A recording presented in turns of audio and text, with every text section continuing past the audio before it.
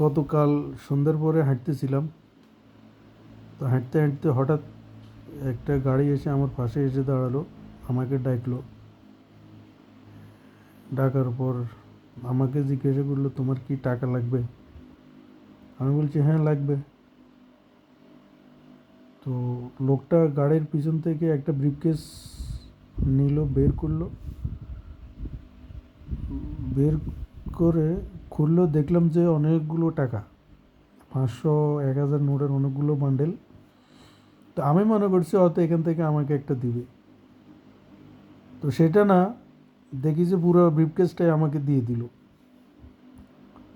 আমি তো খুশি, যা ব্রিফকেসটা নিলাম, নিয়ে দাঁড়ালাম, গাড়িটা চলে গেল।